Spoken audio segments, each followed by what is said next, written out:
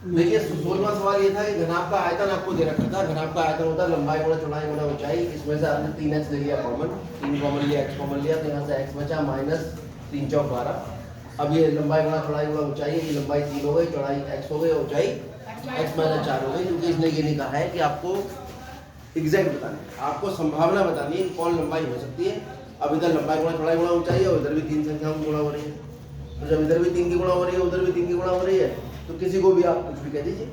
कोई बच्चा हो सकता है लंबाई जो है x को कह दे, लेकिन आप क्रम से अगर चलोगे तो लंबाई 3, चौड़ाई x और ऊंचाई x माइनस 4। 15वां सवाल देखिए, 15वां का पहला। इसमें कह रहे हैं दिए गए आयत, तो आयत का क्षेत्रफल दे रखा है।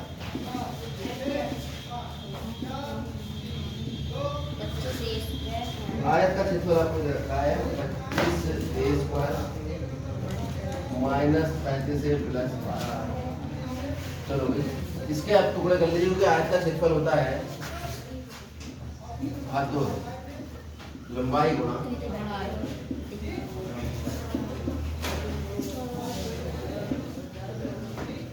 तो 25 गुणा 12 के ऐसे टुकड़े जो जुड़ के 35 आते हैं।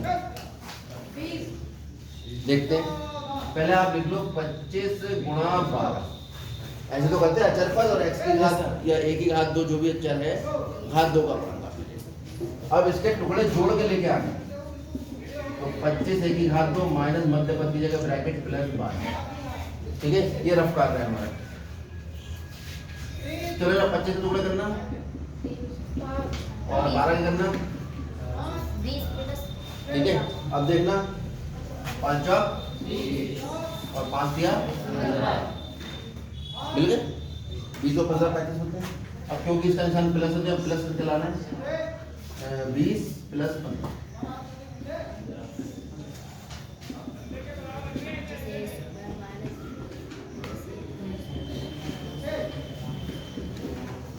इसमें से कॉमन ले लूं 5 क्या बचा 5 1 माइनस 4। इसमें से माइनस 3 कॉमन ले लो। अब 5 के माइनस 4 कॉमन ले लो।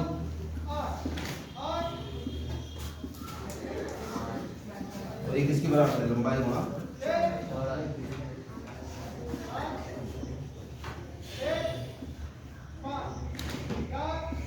लंबाई कितनी आ गई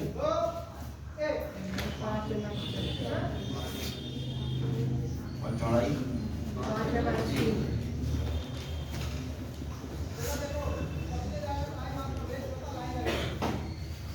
अब 13वां सवाल से पहले हम देखेंगे 9वां सवाल।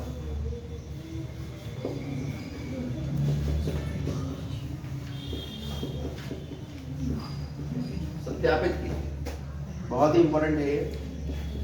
पहला x की घात 3 प्लस y की घात 3 बराबर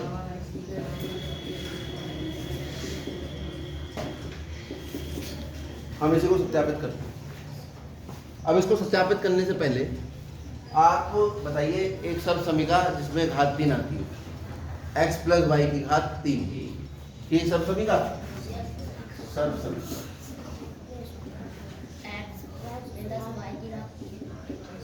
क्या थी?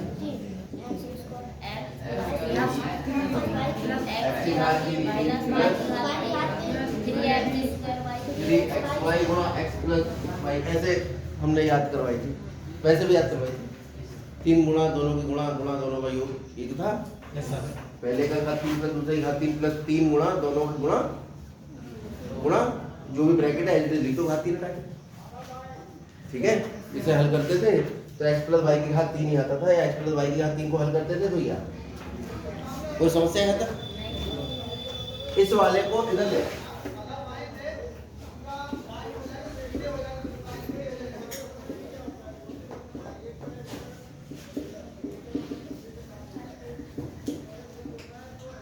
अब इन दोनों में से कॉमन ले लो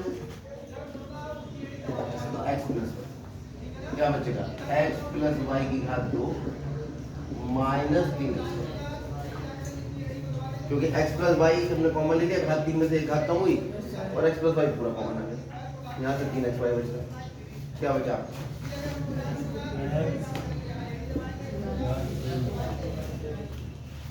x प्लस वाई की घात 2 आप जानते हो क्या होता है, बताओ क्या होता है, एक्स स्क्वायर प्लस 2xy है ना, दोनों में गुणनफल का दूना और माइनस 3xy अपनी जगह, इसको कोई हिला ही नहीं पाएगा। तो ये हो गया x plus Y, X square plus Y, 3xy minus का, ये प्लस का माइनस xy बराबर x की घात 3 प्लस, या आप इसे ऐसे भी लिख सकते हो, पूरे पूरे एलएचएस को पूरे पूरे आरएचएस से बदल सकते हो।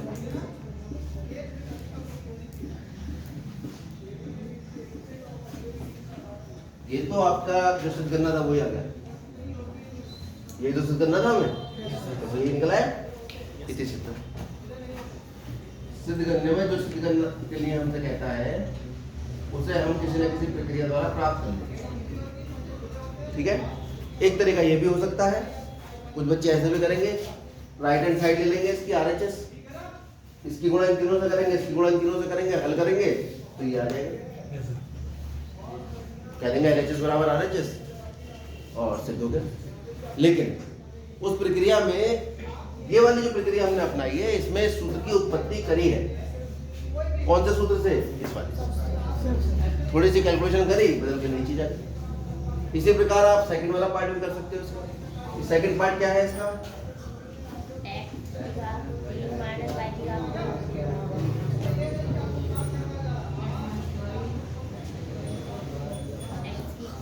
x की घात 3 माइनस y की घात 3 बराबर x minus y x square plus xy plus y।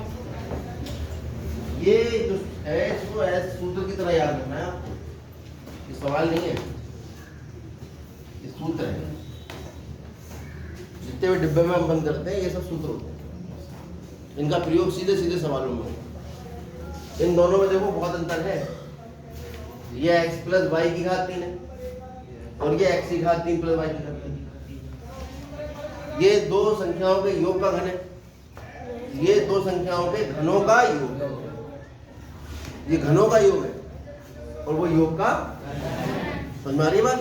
दोनों सूत्रों का अलग अलग तरीके से प्रयोग होता है, दोनों में अंतर आपको पता होना चाहिए। अब सर्व समीकरण ले लेते हैं, x माइनस वाई की घात,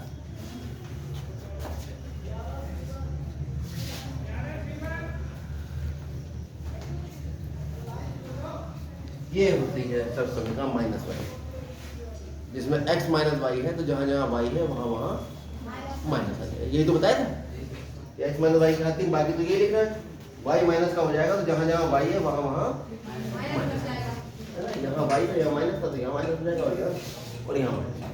कोई समस्या है इसमें?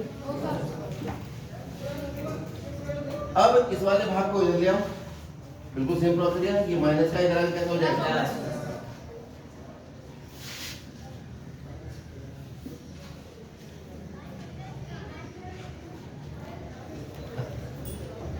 क्या बचा? अब इन दोनों में से क्या कॉमन आ रहा है, x माइनस वाई, क्या बच रहा है हमारे पास, x माइनस वाई की घात 2 प्लस 3 बराबर, इसका पूर्ण रूप खोल दो, क्या आएगा, X square plus Y square minus 2xy plus 3xy बराबर, ठीक है। तो आपके पास फाइनली जो आएगा वो आएगा x minus Y, X square plus Y square, ये माइनस 2 प्लस 3 प्लस xy बराबर x की घात 3 माइनस y की घात 3 दिया,